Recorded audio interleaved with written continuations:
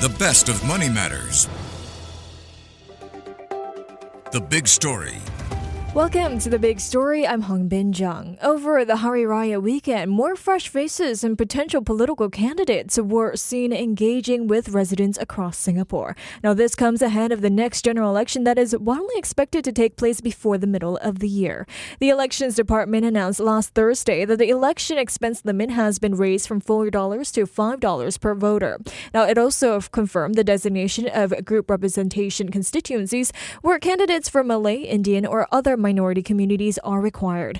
What's interesting to note is that amongst fresh faces seen on the ground are younger potential candidates. So will we see younger potential candidates being fielded for this year's general election? What impact might this trend have on voting sentiments? Well, joining us today is Dr Teo Kay Key, who is the research fellow at IPS Social Lab at the Institute of Policy Studies. Dr. Teo, welcome to the show. Hi, thank you for having me. Thank you so much for joining us. Dr. Teo, based on what's been happening on the ground so far, are you observing a new pattern of, younger potential candidates being fielded? Well, so I think in the first place, we do have to take note that not all the new faces have already been shown or known to the public.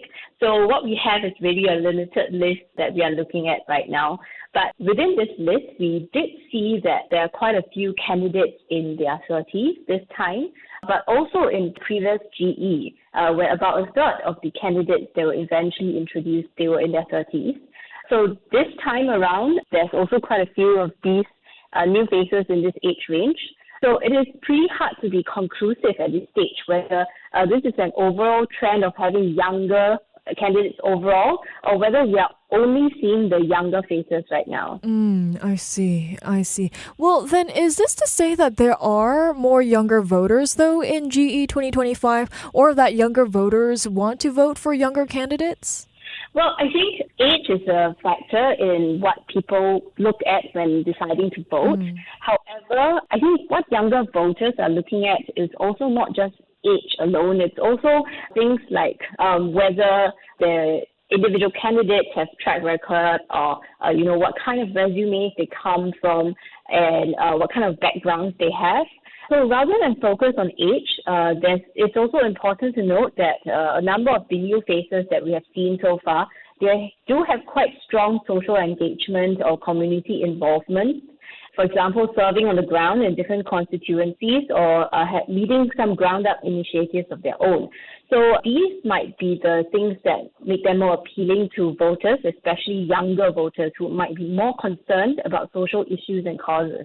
I see. I mean, if indeed these political parties are trying to have more younger faces, at the same time, we have to take into consideration of the group of older voters. Do you expect to see any pushback from them? Well, I think what voters want is actually a representation of their interests, both in parliament as well as in municipal issues.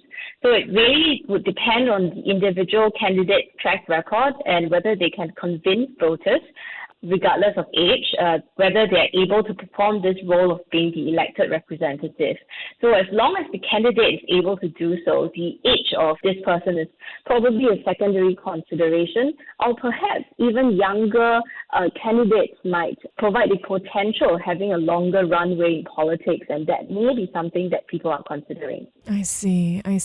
Well, the fresh faces that we've seen so far, they are potential candidates. They are not named candidates yet. But do those younger candidates that we've seen so far have the same life experiences or extensive portfolios as more, veteran candidates to make the cut? Well, of course, veteran candidates would definitely have more years behind them, perhaps in terms of industry experience or life experience, right?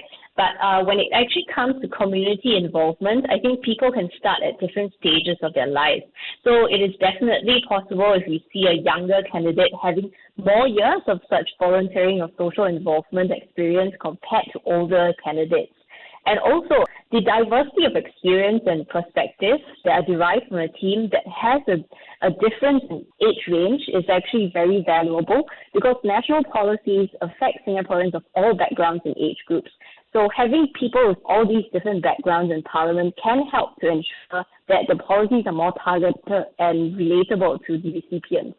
I see, I see. Well, Dr. Teo, then how will potential younger candidates be instrumental to the different political parties and also how the elections will play out in the coming months? Well, younger candidates will be able to provide different perspectives when it comes to policy suggestions, perhaps, especially from their own experiences as younger Singaporeans themselves.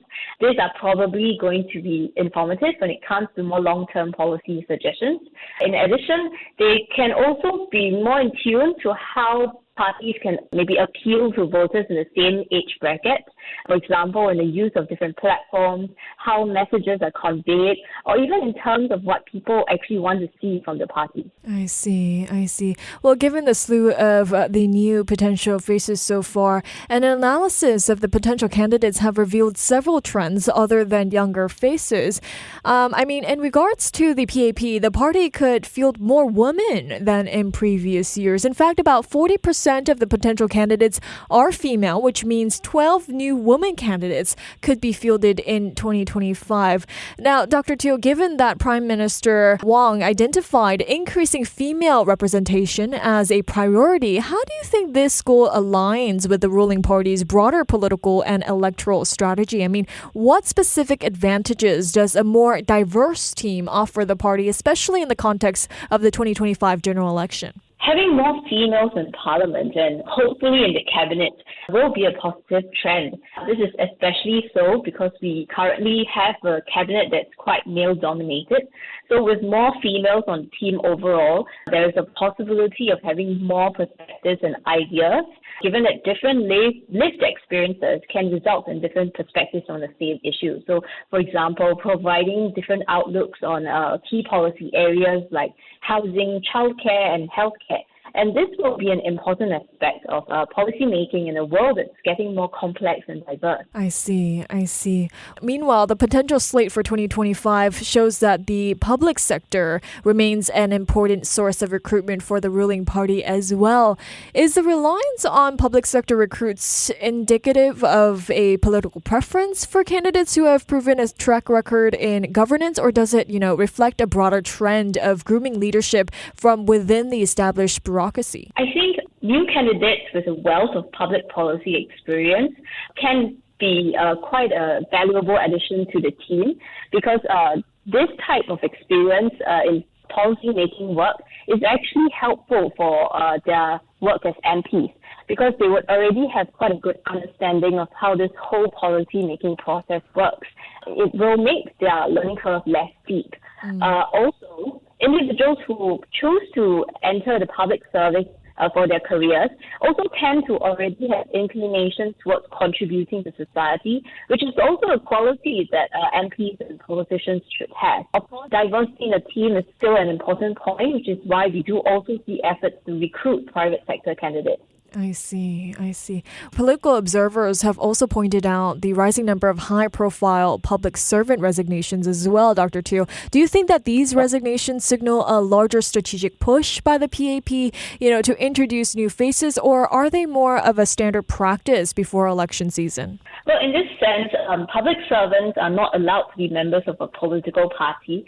So individuals who would like to make the jump into politics will have to resign from service, and this would probably be an opportune time to do so. It's unclear at this stage whether this is a strategic move or not. But it is also possible that these resignations that are seen from higher-ranking public servants, they have become more high-profile because it's much more easier to track these movements in this day and age. And people are probably also looking at such movements given the season. I see, I see.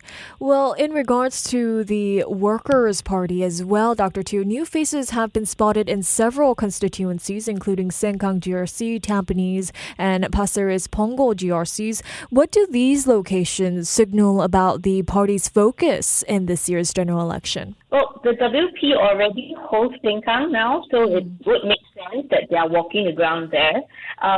Overall, when we look at the other areas, the Workers' Party has traditionally been quite conscientious about doing walkabouts in areas that are within and around their constituencies and have typically concentrated on contesting areas that are located in the eastern and northwestern parts of Singapore. So walking the ground in these areas would be quite in line with their current strategies. And probably we would also suspect that these constituencies are areas they're considering to run in. I see. Well, speaking of their strategies here, WP's Pritam Singh said it would not make sense to field individuals with similar attributes in one GRC. Rather, it will do its best to, deploy a balanced team in terms of youth, experience, and value add among other criteria.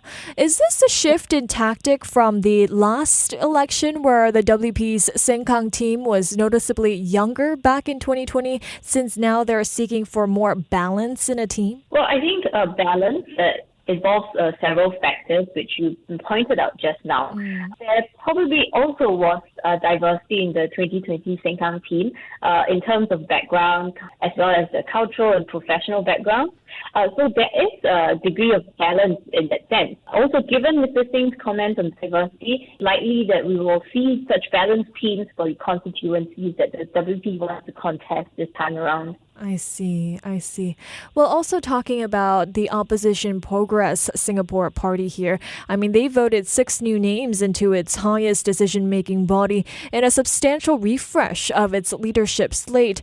Dr. Teo, with the election of 6 new members into the Central Executive Committee of PSP and the refresh of its leadership, what does it signify about PSP's future direction? Well, in the current makeup of the CEC, we see a mix of genders, ages, and other backgrounds. So it does signify that the PSP is making efforts to ensure that there is sustainability as well as longevity in the party's leadership, and also, of course, diversity in perspectives and life experiences. Also, we do see that in this round of the CEC election, the incumbent Secretary General Hazel Phua did not contest the position. So the change of hands in terms of the leadership has been quite smooth.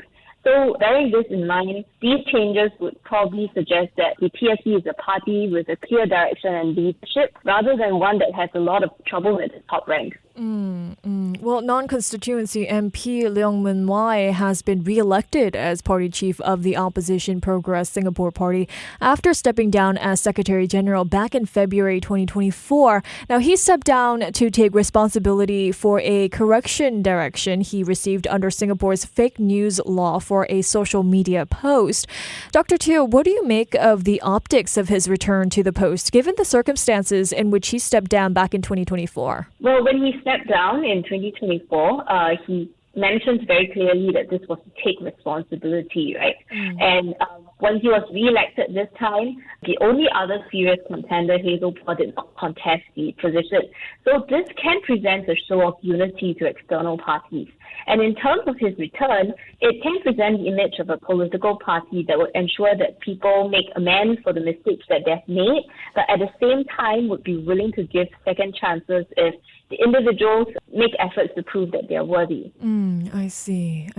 Well, Dr. Teo, before we, kind of wrap up our interview here, overall, how have all the parties tackled the new GRCs that have been formed in the latest electoral boundaries report? Are they sending fresh new faces to the ground? Is there a lot of focus to garner support to their respective parties in these constituencies? Well, so far there is no conclusive list of the parties contesting in each of the constituencies. So it's possible that things are still quite fluid at this stage, especially with the smaller opposition parties and coalitions. They are more likely to engage in negotiations on who should contest where.